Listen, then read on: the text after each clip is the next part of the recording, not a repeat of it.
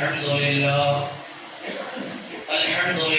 نحمده ونستعينه ونستغفره ونؤمن به ونتوكل عليه ونعوذ بالله من شرور أنفسنا ومن سيئات أعمالنا من يهده الله فلا مضل له ومن يضلل فلا هادي له ونشهد أن لا إله إلا الله وحده لا شريك له ونشهد أن سيدنا ومولانا محمدا عبده ورسوله أما بعد فأعوذ بالله من الشيطان الرجيم بسم الله الرحمن الرحيم سبحان الذي أسرى بعبده ليلا من المسجد الحرام إلى المسجد الأقصى الذي باركنا حوله لنريه من آياتنا إنه هو السميع البصير صدق الله المولانا العظيم وصدق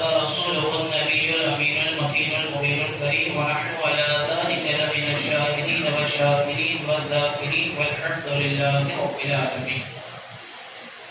بعد توحید کے مت والوں، شمعی رسالت کے پروانوں، غوث و خواجہ و رضا کے چاہنے والوں، سرکار تاج الشریعہ حضور اشرف الفقہاء کے ماننے والوں، آئیے ہمارا سب سے پہلے مل کر گنبد خضرا میں آرام فرمانے والے آقا، لمبے لمبے ہاتھوں سے بھیک دینے والے داتا، ہم غریبوں کے ماوا، یتیموں کے ملجا، بے سہاروں کے سہارا، ڈوبتے ہوئے کو تیرانے والے، اندھیری قبر میں روشنی بن کر کام آنے والے، سورج کو پھرانے والے، چاند کے دو ٹکڑے کرنے والے، درختوں کو اپنے قدموں میں بلانے والے، کہکریوں سے کلمہ پڑھانے والے، عرب کے ناقہ سوا جناب احمد مجتبی محمد مصطفیٰ روحنا فدا صلی اللہ تعالی علیہ وسلم کی بارگاہ میں اپنے غلامی کا ثبوت دیتے ہوئے آواز بلند درود پاک کا نذرانہ عقیدت پیش کرے اور پڑھے اللہم صلی علی سیدنا و مولانا محمد طب القلوب و دوائها وعافیت الابدان و شفائها و نور الابصار و ضیائها وعلى آلہ و اصحابہ دائما ابدا. کچھ فلاسفہ اور کچھ اعتراض کرنے والے یہ کہتے ہیں کہ حضور اکرم صلی اللہ تعالی علیہ وسلم جسم کے ساتھ کیسے آسمانوں کے اوپر چلے گئے. جو ان کا اعتراض ہے، ان کا کہنا یہ ہے کہ نہیں جا سکتے. کیوں نہیں جا سکتے؟ تو وہ یہ کہتے ہیں کہ زمین و آسمان کے بیچ میں ایک مرحلہ قرۂ نار کا ملتا ہے، یعنی وہ طبقہ جو ہے ایسا ہے کہ وہاں آگ ہی آگ ہے. اگر کوئی گزرنا چاہے تو نہیں گزر سکتا ہے، وہ جل کر راکھ ہو جائے گا. ایک بات وہ یہ کہتے ہیں. اور دوسری بات یہ کہ اسی آسمان و زمین کے بیچ میں ایک طبقہ ٹھنڈتا ہے، یعنی کہ اتنی ٹھنڈی ہے وہاں پر اس میں کہ برف سے بھی زیادہ ٹھنڈا ماحول وہاں کا ہے. اگر کوئی وہاں سے گزرا تو وہ برف کی طرح جم جائے گا. یہ عقل کے گھوڑے دوڑانے والے کام، ٹھیک ہے. لیکن قرآن پاک کی جو آیت میں نے پڑھا ہے اس کا پہلا جملہ ہے سبحان الذی اسرا. پہلا لفظ ہے سبحان کا. کس کا لفظ ہے؟ اور یہ سبحان یہاں کون مراد ہے؟ اللہ کی ذات مراد ہے. کون ہے؟ اللہ کی ذات. پاک ہے وہ ذات جو لے گئی راتوں رات. جانے والے مصطفیٰ نہیں ہے، لے جانے والا میرا رب ہے. یہیں سے سارے اعتراض کا ڈیٹ ہو جاتا ہے کہ مصطفیٰ خود نہیں گئے، اللہ لے جا رہا. اور جو قرے تم بتا رہے ہو بیچ میں، یہ انسان نے نہیں بنایا ہے، اللہ نے ہی تو بنایا ہے. تو جو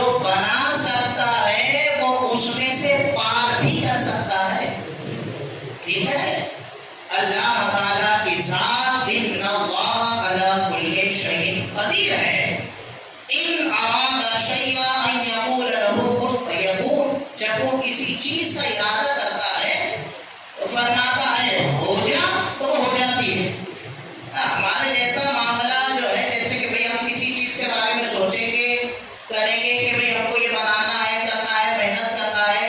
رب ذوالجلال کی شان یہ ہے کہ وہ کسی چیز کو کہتا ہے ہو جا تو وہ ہو جاتی ہے نا؟ تو ان کا یہ اعتراض ہے کہ بھئی نہیں جا سکتے، تو اعلیٰ حضرت اسی کو کہتے ہیں کہ بھئی اعلیٰ حضرت فرماتے ہیں کہ پوچھتے ہو کیا، پوچھتے ہو کیا عرش پر یوں گئے مصطفیٰ کے یوں، جو تم پوچھ رہے نا ایسے گئے کہ ویسے گئے کہ کیسے گئے، گھن چکر بنے ہو، تو پوچھتے کیا ہو کہ عرش پر یوں گئے مصطفیٰ کے یوں، کیف کے پل جہاں چلے کوئی بتائے کہ کیا کیسے کیوں، یعنی کہ جہاں کیفیت والے معاملات ہوتے ہیں، جہاں سوچنے والے معاملات ہوتے ہیں، ایسا ویسا کیا ہوگا، تو سوچنے کے ہی چکر میں پڑے رہے، میرے مصطفیٰ تو گئے بھی، جا کر آ بھی گئے، بستر بھی گرم رہا، پونڈی بھی ہلتی رہی، پانی بھی چلتا رہا، ہے نا؟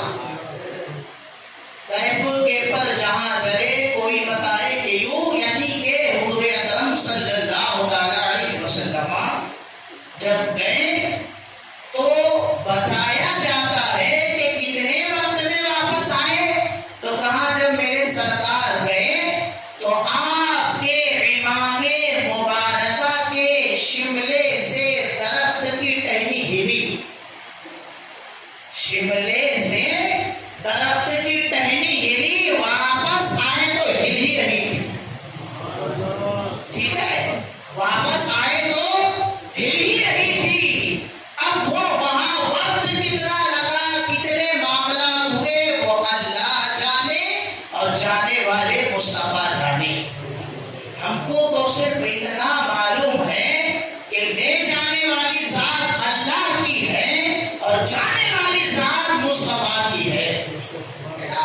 اب اس چکر میں پڑیں گے کہ کیسے گئے تھے، کیا گئے تھے، کیوں گئے تھے، پھر سارے معاملات تو ویسے کی ویسے کی دھرے رہ گئے، پھر اس میں عقل کے گھوڑے دوڑانے والے ایک روایت لاتے ہیں حضرت عائشہ صدیقہ رضی اللہ تعالیٰ عنہا کہ آپ جو ہے انکار کرتی ہے کہ جس وقت جو ہے حضور پاک صلی اللہ علیہ وسلم کا جو معراج والا معاملہ ہے، اس وقت آپ جو ہے میرے بستر پر موجود تھے، یہ اعتراض کرتے ہیں۔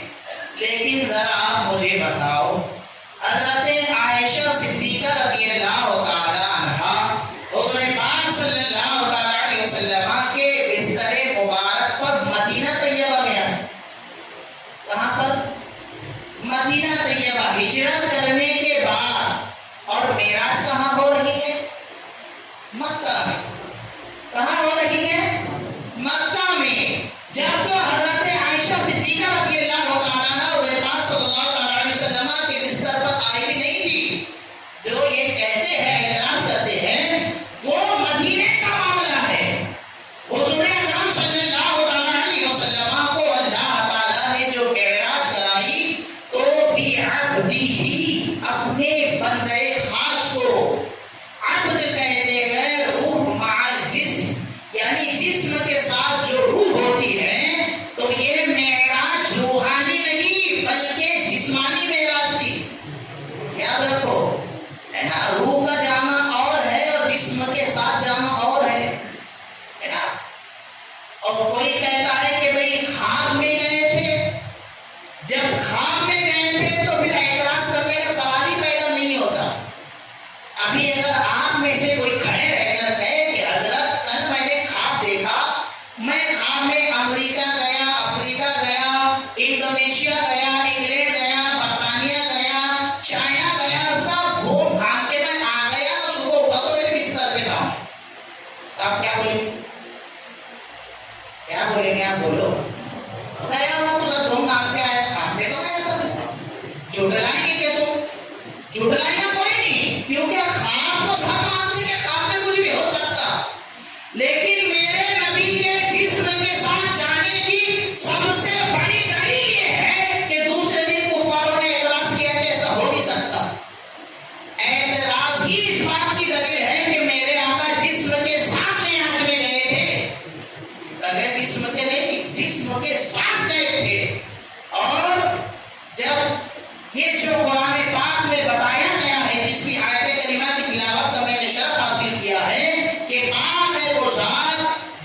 گئی راتوں رات اپنے بندے خاص کو مسجد حرام سے مسجد اقصی تک. ٹھیک ہے؟ کیوں؟ تاکہ ہم دکھائے اپنی نشانیاں. ٹھیک ہے؟ اور وہ مسجد اقصی کہ جس کے ارد گرد ہم نے برکتیں رکھی. یہ قرآن پاک کی جو آیت ہے، یعنی مسجد حرام سے مسجد اقصی تک کی جو سیر ہے، اس کا اگر کوئی انکار کرے تو وہ کافر ہے. ہری بات سمجھ رہے ہیں؟ کیونکہ یہ نص قطعی سے ثابت ہے، قرآن پاک کی آیت ہے کہ اللہ تبارک و تعالی نے اپنے بندے خاص یعنی کہ حضور اکرم صلی اللہ علیہ وسلم کو رات کے قلیل حصے میں مسجد حرام سے مسجد اقصی تک جو ہے اللہ تعالیٰ نے سیر کرایا. اب جانتے ہو مسجد حرام سے مسجد اقصی کا فاصلہ کتنا ہے؟ مسجد حرام سے مسجد اقصی کا جو فاصلہ ہے، اگر کوئی طے کرے، اس وقت جب چلنے والے چلتے تھے تو جانے کے لیے 1 مہینہ لگتا اور آنے کے لیے 1 مہینہ لگتا. ہماری بات سمجھ گئے؟ 1 مہینے کا راستہ. یہی تو سب کو تعجب ہے کہ 1 مہینے کا راستہ رات کے اتنے قریب وقت میں کیسے جا کر آ گئے. کیونکہ یہ لوگ جانتے تھے کہ مسجد حرام سے مسجد اقصی کا فاصلہ کتنا ہے، وہاں کیا معاملات ہے، کیا نہیں ہے نا. تو یہ جو قرآن پاک کی آیت میں بتایا گیا ہے کہ اللہ تبارک و تعالیٰ نے جو ہے مسجد حرام سے مسجد اقصی تک کی سیر کرائی، تو یہ اس لیے لوگوں کے لیے بتایا گیا ہے کیونکہ انہوں نے اس کو دیکھا ہے. ان لوگوں نے اس چیز کو دیکھا ہے. اگر یہ بات ہوتی کہ بھئی عرش والا معاملہ، کرسی والا معاملہ یا پھر سات آسمان والا معاملہ، تو کہتے ہم نے تو دیکھا ہی نہیں ہے. لوگوں نے جا کر دیکھا کہ پہلے آسمان کا معاملہ کیا ہے، دوسرے آسمان کا معاملہ کیا ہے. وہ معاملات بھی تبھی پتہ چلے جب غیب کا نبی نے ہم کو بتایا کہ پہلا آسمان ہے، اس کا دروازہ ہے، دوسرا آسمان ہے، اس کا بھی دروازہ ہے، تیسرا آسمان ہے، چوتھا آسمان ہے، 6-7 آسمان ہے، سدرۃ المنتہا ہے، عرش ہے، اور پھر وہ مکہ ہے کہ جہاں کوئی مکہ نہیں، جسے لامکہ کہا جاتا ہے. تو یہ ساری چیزیں جو ہیں حضور اکرم صلی اللہ علیہ وسلم نے بتائی. ایسے ہی ایک یہودی جو ہے حضرت فضل اللہ رضی اللہ تعالیٰ عنہ، یہ اللہ کے بڑے مجذوب بزرگ تھے. یہ ایک جگہ سے گزرے تو وہاں پر لوگوں کی بھیڑ اکٹھا تھی، اور اس بھیڑ کے اندر جب وہ قریب گئے، لوگوں سے پوچھا کہ یہ معاملہ کیا ہے، ماجرا کیا ہے. تو کہا ایک یہودی اور ایک مسلمان کے اندر مناظرہ چل رہا ہے. تو کہا کس بات کا مناظرہ چل رہا ہے؟ تو کہا مناظرہ اس بات کا چل رہا ہے کہ مسلمان کہہ رہے ہیں کہ اللہ کے نبی صلی اللہ علیہ وسلم جسم کے ساتھ معراج کے لیے گئے، اور یہودی کہہ رہا ہے کہ جسم کے ساتھ نہیں گئے، جا ہی نہیں سکتے، جسم قدیم ہے اور جسم جا ہی نہیں سکتا. اس بات کے اوپر مناظرہ تھا. جب اللہ کے مجذوب بزرگ فضل اللہ رضی اللہ تعالیٰ کو اس کے قریب آئے تو لوگوں سے پوچھا کہ معاملہ کیا. تو کہاں پڑھ رہے ہیں، اس میں یہ علمی معاملہ ہے، آپ کیا کرو گے جان کے. تو کہاں تم بتا دو گے تو تمہارا کیا جاتا ہے. تو کہاں یہ مناظرہ چل رہا ہے معراج کے اوپر کہ حضور پاک صلی اللہ علیہ وسلم جسم کے ساتھ گئے تھے کہ نہیں گئے تھے، اس کے اوپر چل رہا ہے. تو کہاں کون ہے وہ؟ تو کہاں یہ یہودی ہے، یہ کہتا ہے کہ جسم کے ساتھ نہیں گئے ہیں. اب وہ اللہ کے ولی حضرت فضل اللہ رضی اللہ تعالیٰ اس کے سامنے آتے ہیں اور کہتے ہیں کہ اے یہودی، یہ بتا کہ یہ دیوار قریب ہے کہ نہیں ہے. دیوار سامنے تھی تو کہنے لگا کہ ہاں یہ قریب ہے. تو ذرا یہ بتا میں اس کے اندر جا کے واپس آؤں تو مانے گا کہ نہیں مانے گا؟ میں اس دیوار کے آر پار جا کر آؤں تو یہ مانے گا کہ نہیں مانے گا کہ میرے نبی جسم کے ساتھ معراج میں گئے؟ تو کہاں ذرا بتاؤ. تو وہ اللہ کے مجذوب بزرگ دیوار میں جاتے ہیں، پھر آتے ہیں، پھر جاتے ہیں، پھر آتے ہیں، پورا مجمع کرنے لگا. وہ اللہ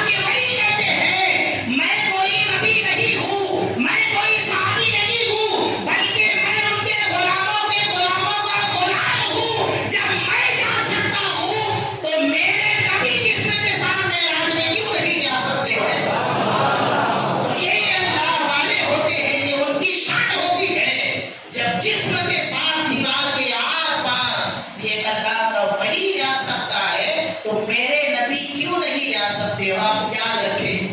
پھر یہ بستر بھی گرم رہا، کنڈی بھی ہلتی رہی، پانی بھی چلتا رہا، اور جو ہے وہ درخت کی ٹہنی بھی ہلتی رہی، سب ویسے کہ ویسے کیوں رہا؟ یہ تو سب ختم ہو جانا چاہیے تھا۔ تو یاد رکھو، کسی بھی چیز کی ایک بنیاد ہوتی ہے، فاؤنڈیشن ہوتا ہے۔ جیسے آپ مثال کے طور پر گھڑی کو لے لیں، گھڑی ہر ایک کے گھر میں ہے، ہر ایک گھڑی کو دیکھتا ہے کیا وقت چل رہا ہے، کیا ٹائم ہو رہا ہے، کتنے بج کر کتنے منٹ ہو رہے ہیں۔ بتاؤ اس گھڑی کا سیٹ اگر خراب ہو جائے تو وہ گھڑی چلے گی؟ چلے گی؟ مان لو آج ابھی 11 بجے جو ہے گھڑی کا سیٹ خراب ہو گیا، اب گھڑی 11 ہی بجا رہی ہے، اب کل دوسرے دن اس کو دیکھیں گے تو بتاؤ کتنے بجیں گے؟ 1 مہینے بعد دیکھیں گے تو 10 سال بعد دیکھیں گے تو یہ 11 کیوں بجا رہی ہے، بڑھ کیوں نہیں رہی ہے؟ تو کہیں گے حضرات اس میں سیل نہیں ہے جو اس کی جان ہے، اس میں سیل نہیں ہے جو اس کی جان ہے، جب سیل پڑے گا تو چلے گی۔ تو پتا کیا چلا کہ جب تک کہ انسان کے جسم میں یا گھڑی میں سیل نہیں ہوگا تو وہ حرکت نہیں کرے گا۔ اعلیٰ حضرت فرماتے ہیں یہ سارے عالم کی جان محمد رسول اللہ ہے، وہ جو نہ تھے تو کچھ نہ تھا، وہ جو نہ ہو تو کچھ نہ ہو، جان ہے وہ جہان کی، جان ہے تو جہان ہے۔ جب تک کہ مصطفیٰ کریم صلی اللہ علیہ وسلم اس دنیا میں ہے، دنیا کا نظام چل رہا ہے، اور جب اپنے رب کے پاس گئے تو سارا نظام وہی کے وہی رک گیا ہے۔ بستر بھی گرم کی گرم، کنڈی بھی ہل رہی ہے، پانی بھی جہاں کا وہی رکا ہوا ہے، وہ ٹہنی جہاں سے ہل رہی تھی وہی رک گئے تھے۔ جب جان نکل گئی تو سب رک گیا، اور جان جب آ گئی تو سب وہی سے چل گیا۔ یہی ہے جان ہے وہ جہان کی، جان ہے تو جہان ہے۔ اللہ تبارک و تعالیٰ کو جو ہے حضور اکرم صلی اللہ علیہ وسلم نے اپنے سر کی آنکھوں سے اللہ کا مشاہدہ کیا ہے نا، اور اللہ کا مشاہدہ ایسے کیا، قرآن کہتا ہے ما زاغ البصر وما طغى، جب آنکھوں نے مشاہدہ کیا تو نہ آنکھ پھری نہ جھپکی۔ آگے بات سمجھ گئے؟ اگر آپ کی آنکھوں کے پاس میں کوئی روشنی بالکل ایسے چلا دے، کوئی ٹارچ موبائل کی آپ کی آنکھوں کے قریب کر دے تو آپ کی آنکھیں جھپکے گی، آپ کی آنکھوں میں ایسا دھندلا بنائے گا، آپ کو جو ہے آپ کی نظر پھر جائے گی۔ لیکن جب اللہ تعالیٰ کا مشاہدہ میرے آقا نے کیا، نہ آنکھیں جھپکی نہ آنکھیں ادھر ادھر پھری، ہے نا۔ ورنہ وہ موسیٰ علیہ السلام کہ جب آپ نے کہا اے مولا میں تجھے دیکھنا چاہتا ہوں، میں تجھے دیکھنا چاہتا ہوں، تو اللہ نے فرمایا لن ترانی، اے موسیٰ تم مجھے نہیں دیکھ سکتے۔ کہا مولا تجھے دیکھنا چاہتا ہوں۔ کہا ٹھیک ہے، یہ جو پہاڑ ہے اس پہاڑ کے اوپر جو ہے میں اپنی ایک تجلی کروں گا، اور اگر تم اس تجلی کو دیکھ لو تو تم دیکھ سکتے ہو۔ اب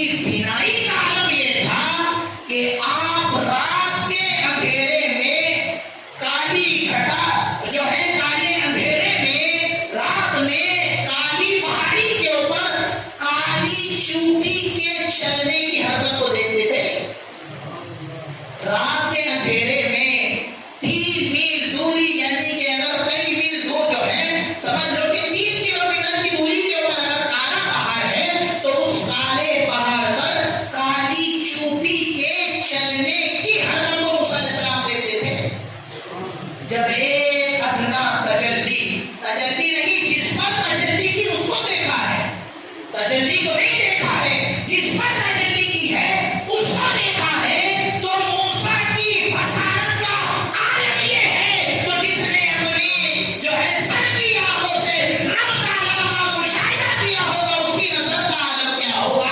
بریلی کے تاجدار کہتے ہیں اور کوئی غیب کیا تم سے نگاہ ہو بلا، جمنا خدا ہی چھپا تم پہ کروڑوں درہم۔ یہ شان ہے میرے آقا۔ اور آپ جانتے ہیں جب حضرت موسیٰ علیہ السلام نے اس تجلی کو دیکھا تو اس کے بعد سے جو موسیٰ علیہ السلام کی آنکھوں کو دیکھتا اس کی آنکھیں پھوٹ جاتی تھی۔ اگر کوئی موسیٰ علیہ السلام کی آنکھوں میں آنکھ ڈال دے تو وہ تاب نہیں لاتی تھی، آنکھیں پھوٹ جایا کرتی تھی۔ حضرت موسیٰ علیہ السلام پردہ کر کے چلتے تھے آنکھوں کا کہ بھئی کسی کا نقصان نہ ہو جائے۔ اور جب اپنے گھر آئے تو آپ کی بیوی حضرت صبورہ رضی اللہ تعالیٰ عنہا کہنے لگی کہ کیا بات ہے، آپ مجھ سے نگاہیں نہیں ملا رہے ہو، معاملہ کیا ہے، آپ میری طرف دیکھ نہیں رہے ہو؟ تو آپ کہتے ہیں کہ اگر تم میری طرف دیکھو یا میں تمہاری نگاہوں میں نگاہیں ڈالوں تو تم میری نگاہوں کی تاب نہیں لا سکتی، تمہاری آنکھیں پھوٹ جائے گی، تمہاری روشنی چلی جائے گی۔ اللہ تبارک و تعالیٰ کی اس ادنا تجلی کو میں نے جب سے دیکھا ہے تو میری آنکھوں کا معاملہ یہ ہوا ہے کہ اگر کوئی میری آنکھوں میں آنکھیں ڈال کر دیتا ہے تو اس کی روشنی چلی جاتی ہے۔ ہر کسی کے بس کی بات نہیں ہے اس مشاہدے اس جلوے کا مشاہدہ کرنا۔ تو ضد کرنے لگی نہیں، جب اللہ کے جلوے بسے ہیں تو میں دیکھنا چاہتی ہوں۔ ضد کرنے لگی، عورتوں کی ہوتی ہے ضد والے معاملات۔ تو کہا ٹھیک ہے، جب اگر تم دیکھنا ہی چاہتی ہو تو ایک آنکھ بند کر کے ایک آنکھ سے دیکھو، کم سے کم ایک آنکھ پھوٹی یا ایک آنکھ کی روشنی کی تو دوسری آنکھ تو سلامت رہے گی۔ تو کہا ٹھیک ہے، جب ایک آنکھ کے اوپر ہاتھ رکھا ہے اور ایک آنکھ سے جب موسیٰ علیہ السلام کی آنکھوں میں اس جلوے کے جو ہے جو ایک ادنا جلوہ تھا جو آپ نے دیکھا تھا دور کے اوپر، جب آپ کی بیوی نے اس کو دیکھا ہے تو اس جلوے میں اتنی مگن ہو گئی، اتنی سرور آنے لگا، اتنا خوش ہونے لگی کہ آنکھ کی روشنی چلی گئی لیکن سرور کم نہیں ہو رہا ہے۔ آنکھ کی روشنی چلی گئی اور جب آپ نے دیکھا کہ بھئی یہ تو سرور بہت پیارا ہے، بہت اچھا ہے، دوسرا بھی ہاتھ ہٹا دیا، دوسری بھی ہاتھوں سے دیکھنے لگی، دونوں آنکھوں سے دیکھنے لگی، ایک آنکھ کی روشنی چلی گئی، دوسری سے دیکھنے لگی، دوسری بھی آنکھ کی روشنی چلی گئی۔ لیکن جب اللہ نے دیکھا کہ میری بندی میرے جلووں میں ایسی گل ہے، اللہ تعالیٰ نے دونوں آنکھوں کی روشنی آپ کو عطا فرما دی۔ یہ حضرت صبورہ رضی اللہ تعالیٰ عنہا ہے کہ جب وہ ایک ادنا تجلی جو کوہ طور پر پڑی ہے تو وہ دیکھنے کا عالم یہ ہے، تو جس نے اپنے ماتھے کی نگاہوں سے اللہ تعالیٰ کا مشاہدہ کیا ہو اس کی بصارت کا عالم کیا ہوگا، اس کے دیکھنے کا عالم کیا ہوگا۔ عالم یہ ہے، آنکھ اٹھائے تو سدرۃ المنتہا، نیچے دیکھے تو تحت الثری، جہاں دیکھو وہاں آگے بھی ویسے دیکھ رہے ہیں، میرے آقا پیچھے بھی ویسے دیکھ رہے ہیں، ہے نا، میرے یہ آقا کی شان ہے۔ اور آپ جانتے ہیں جب میرے آقا معراج کے لیے گئے، جب جبریل علیہ السلام نے جو ہے آپ کے پاس میں آئے ام ہانی کے مکان پر چھت سے، اور جب آپ سو رہے تھے تو جبریل امین جو ہے رب تعالیٰ کی بارگاہ میں عرض کرتے ہیں مولا تیرا محبوب سو رہا ہے، اٹھاؤ تو بے ادبی ہے۔ اللہ تعالیٰ نے فرمایا اے جبرائیل ہم نے تمہیں کافوری ہونٹ کس لیے دیے ہیں؟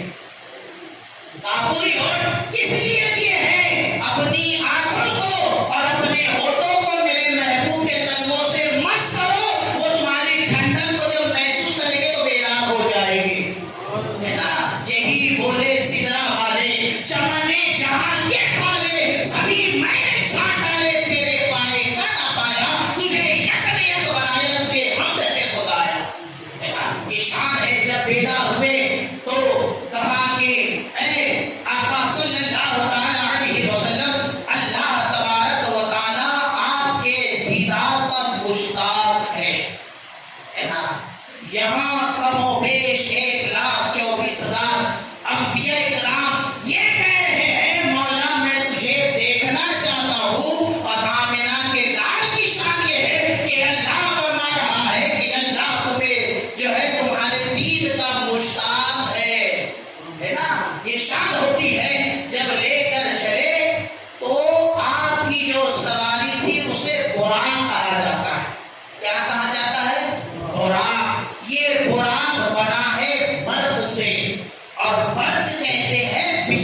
کو. کس کو کہتے ہیں؟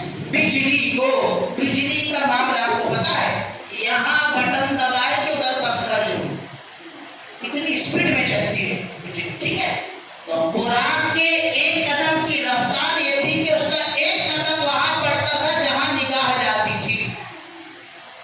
جیسے ابھی آپ زمین پر ہے, سر اٹھائے تو آسمان کو دیکھ لو گے, تو اس کا پہلا قدم اٹھنا ہے. رفتار کتنی ہوگی؟ اتنی زبردست رفتار ہوگی.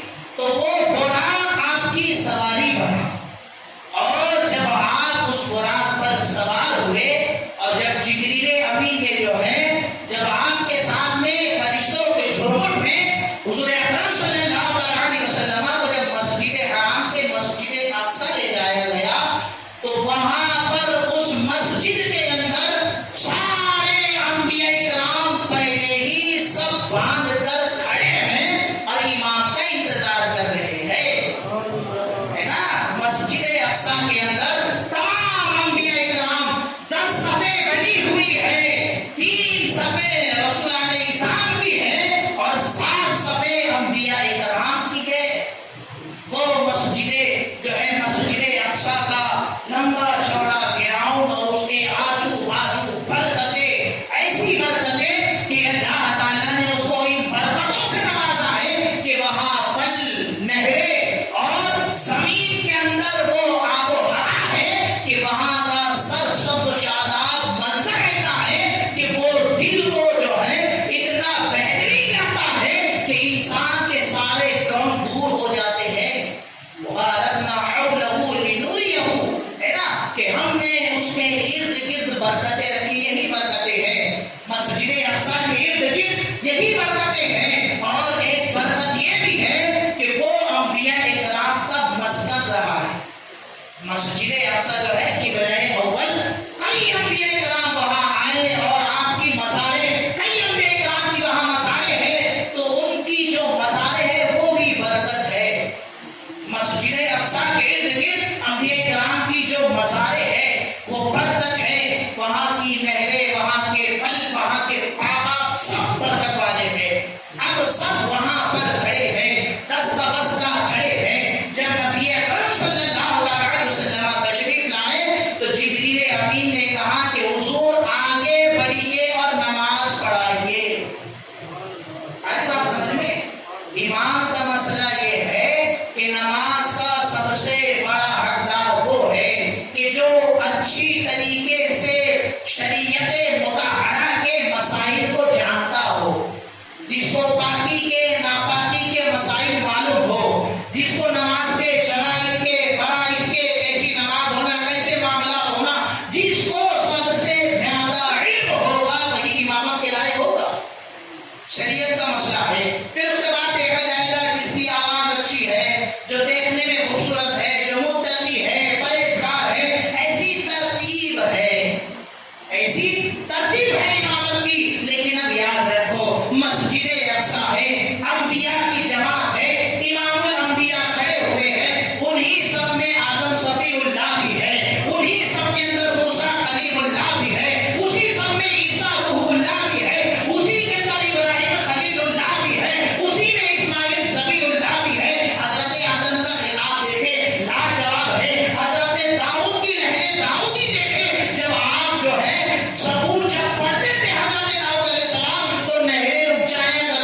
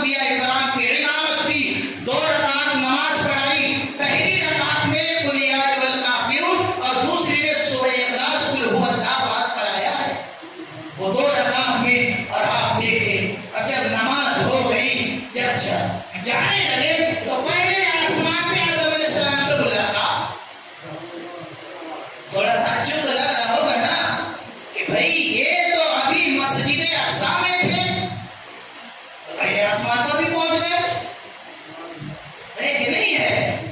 اور میرے نبی براق سے جا رہے ہیں تو پتہ یہ چلا کہ براق سے زیادہ رفتار نبیوں کی ہوتی ہے۔ آج بات سمجھ میں؟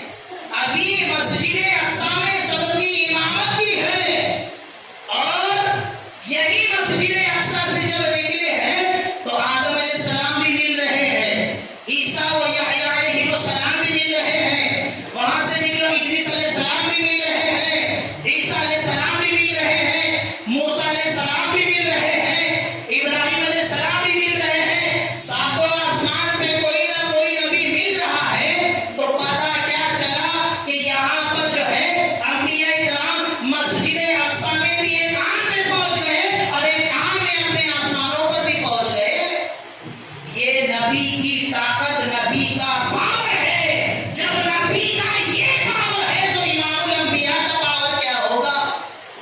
سوچو آپ، غور کرو کہ جب انبیاء کا یہ عالم ہے طاقت و قوت کا تو امام الانبیاء کا عالم کیا ہوگا؟ اور سامنے جبریل امین ہے۔ جب آگے بڑھے ہیں تو پھر سدرۃ المنتہی۔ یہ سدرۃ المنتہی کیا ہے؟ سدرۃ المنتہی بیری کا ایک درخت ہے۔ کیا ہے؟ بیری کا جھاڑ دیکھیں کیا جو بیر کھاتے؟ ہاں، بیری کا درخت ہے جس کی جڑیں چھٹے آسمان میں ہے اور اس کی شاخیں جو ہے تو اوپر تک پھیلی ہوئی ہے، ساتوں آسمان پہ، آسمان کے اوپر تک اتنا بڑا ہے۔ اور اس کے جو بیر ہے تو وہ جو ہے بڑا رنجن آتا تو پانی پینے کا، بڑا رنجن دیکھیں گے گول والا لمبا، اتنے بڑے بڑے اس کے بیر ہیں سدرۃ المنتہی کے، اور اس کے پتے ہاتھی کے کان کے برابر ہے۔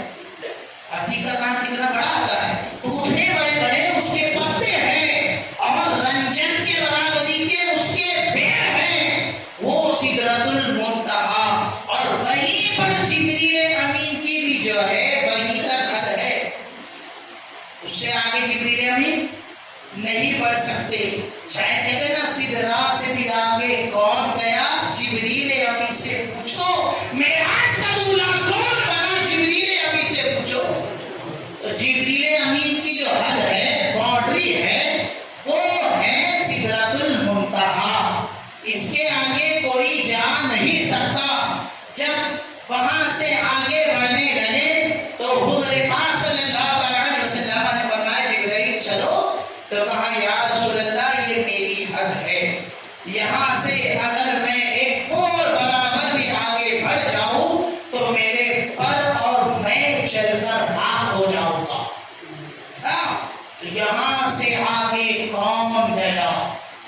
یہاں سے آگے آمنہ کا لال گیا ہے، طلحہ کا لال گیا ہے۔ اور جب آگے گئے اور وہاں پہنچے ہیں جہاں کوئی مکان نہیں ہے، جسے آمنہ کہا جاتا ہے، جب اللہ تبارک و تعالیٰ نے اپنے محبوب کو دیکھا تو قرآن پاک کے اندر جو آیت کریمہ ہے کہ دنا فتدلی فکان قاب قوسین او ادنی، جب وہ محبوب اتنا قریب ہوا، اتنا قریب ہوا جیسے کہ کمان کے بیچ میں جو فاصلہ ہوتا ہے اتنا نہیں، قاب قوسین، قاب قوسین یعنی کہ کمان کے بیچ میں جتنا فاصلہ ہوتا ہے اتنا فاصلہ رہا، قاب قوسین او ادنی، یا اس سے بھی کم، او ادنی، اس سے بھی کم۔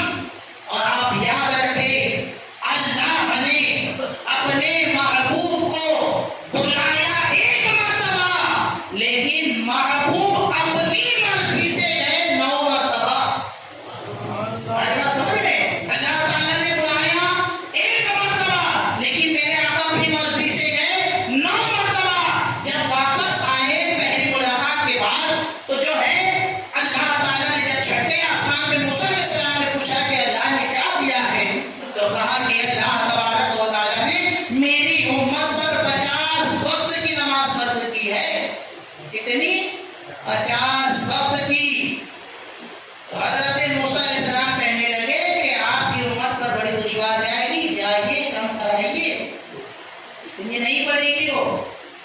آپ کی امت جو ہے اتنی نماز نہیں پڑھے گی. پھر گئے، پھر 5 کم 45، تو کہا یہ بھی زیادہ، اور کم کرا یہ پھر 40 ہے نا. تو پہلی مرتبہ تو رب کی مرضی سے گئے، رب نے بلایا. اب یہ جو 45 جو 5 کم ہوئی تو کتنی مرتبہ گئے؟ 9 مرتبہ. ٹھیک ہے، پر یہ بات تھوڑی سی دماغ میں نہیں آ رہی ہے کہ موسیٰ علیہ السلام کو کیوں امت کی پڑھی ہے؟ میرے آقا کو نہیں پڑھی، موسیٰ علیہ السلام کو پڑھی کہ چاہیے آپ کی امت اتنی نہیں پڑھے گی. معاملہ کیا ہے، ماجرا کیا ہے؟ اس کے پیچھے حکمت یہ ہے کہ جب موسیٰ علیہ السلام نے کہا تھا کہ مولا تجھے دیکھنا چاہتا ہوں، اللہ نے کہا تھا لن ترانی، نہیں دیکھ سکتے. تو موسیٰ علیہ السلام نے کہا تھا مولا کو کون ہے جو تجھے دیکھے گا؟ تو کہا کہ آخر میں میرے محبوب کو دنیا میں بھیجوں گا اور وہی میرا دیدار کرے گا. تو کہا مولا وہ جو تیرا محبوب ہے، جو ماتھے کی نگاہوں سے تیرا مشاہدہ کرے گا، مولا تو ان آنکھوں کا مجھے دیدار عطا فرما. ہے نا؟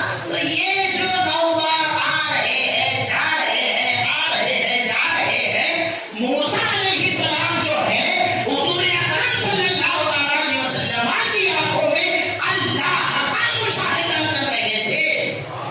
ہے نا؟ ایک بار دیکھ لے کہا آؤ جاؤ اور دیکھیے آؤ جاؤ اور آؤ. جب 5 رہ گئی پھر موسیٰ علیہ السلام کہنے لگے کہ یہ بھی زیادہ ہو جا رہی ہے اور کام کرا کر آئیے. تو اللہ کے رسول صلی اللہ علیہ وسلم فرماتے ہیں کہ نہیں، اب مجھے حیا آتی ہے اپنے رب کی بارگاہ میں جانے سے کہ میں اور کم کراؤں. تو اللہ کی بارگاہ سے جو ہے ندا آئی کہ محبوب ہمارا کلام بدلتا نہیں ہے، لا تبدیل لکلمات اللہ، ہمارا کلام بدلتا نہیں ہے. تمہاری امت پڑھے گی بات، ہم 50 کا ثواب ادا کریں گے. تمہاری امت پڑھے گی بات لیکن ہم 50 کا ثواب ادا کریں گے.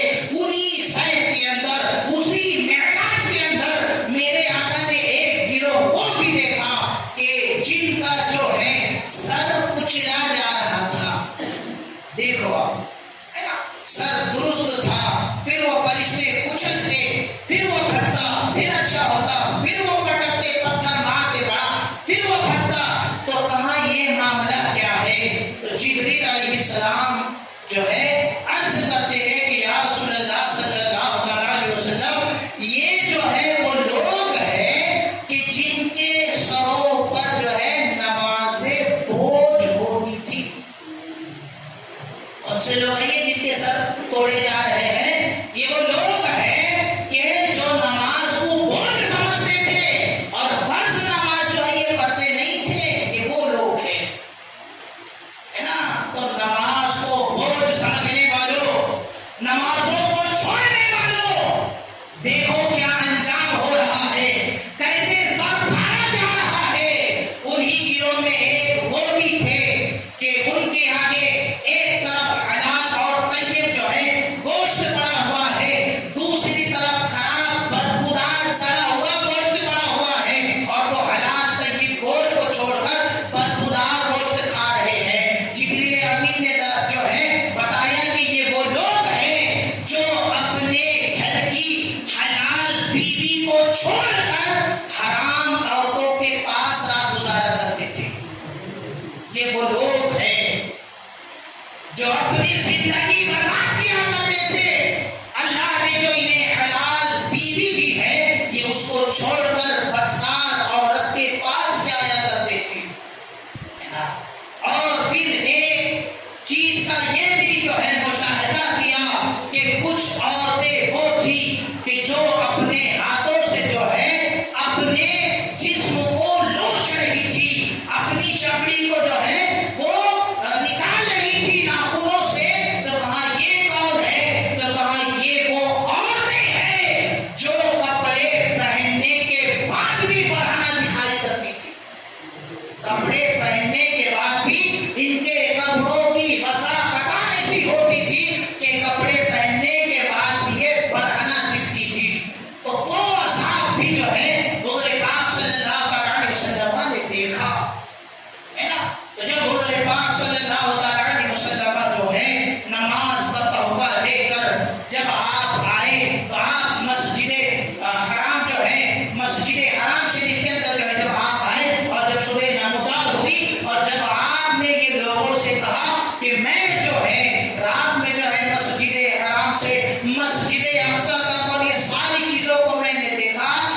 مشرکین جو ہے یہ سب جو ہے اعتراض کرنے لگے، ایسے کیسے ہو سکتا ہے، اتنے سے وقت میں تم کیسے جا سکتے ہو؟ تو آپ فرماتے ہیں حضرت پاک صلی اللہ علیہ وسلم کہ میں جب آیا تو اس مکہ سے جو قافلہ جو ہے مسجد اقصی گیا ہوا ہے، میں نے آتے وقت اس قافلے کو بھی دیکھا ہے۔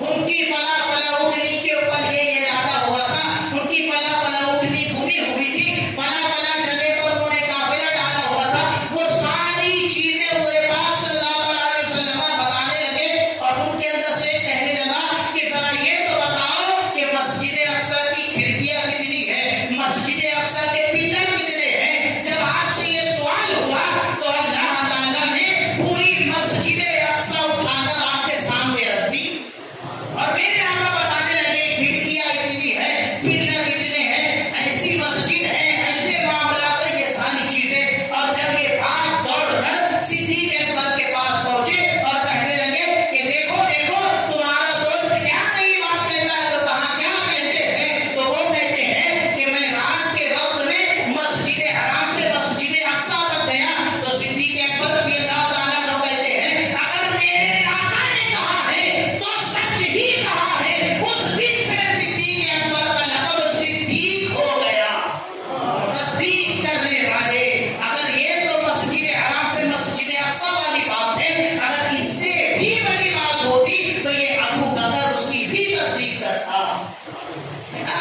تو یہی وہ رات ہے، اسی رات میں جو ہے اللہ تبارک و تعالیٰ نے اپنے محبوب کو جو ہے اپنے دیدار سے مشرف کیا، اور تمام انبیاء کرام کے اندر میرے آقا کی ذات وہ ذات ہے کہ جنہوں نے جسم کے ساتھ اپنے ماتھے کی نگاہوں سے اللہ تبارک و تعالیٰ کا مشاہدہ کیا۔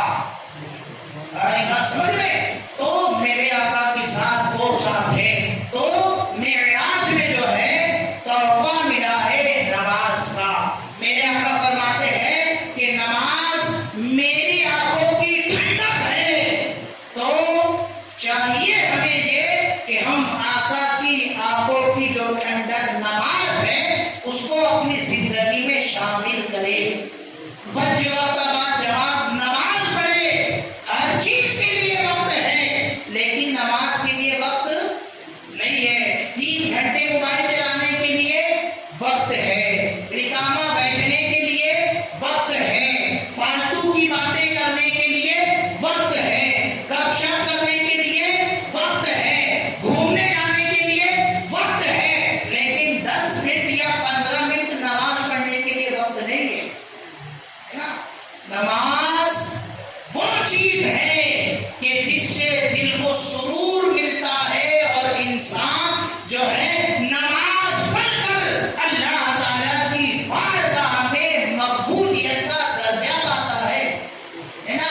ورنہ بے نمازی کے عذاب اگر آپ سنیں گے تو آپ کانپنے لگیں گے کہ بے نمازی کو قبر ایسے دبائے گی کہ ادھر کی پسلیاں ادھر ہو جائیں گی، ایک میں دوسری۔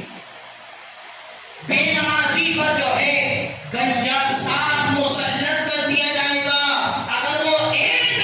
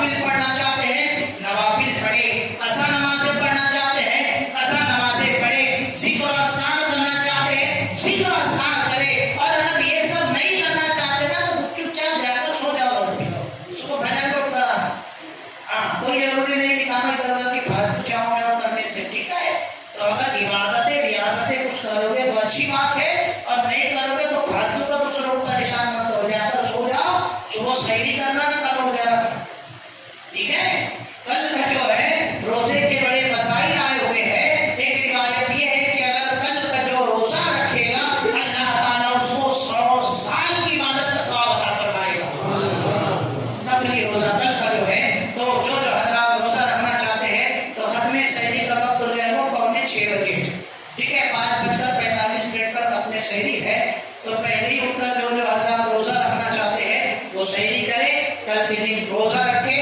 اللہ تبارک و تعالی ہمیں اور آپ کو کہنے سننے سے زیادہ تمام باتوں پر عمل کرنے کی توفیق اور رفیق عطا فرمائے. دوران گفتگو مجھ سے بولنے میں جو غلطی ہو خطا ہو مولا اسے اپنے فضل و کرم سے معاف فرمائے.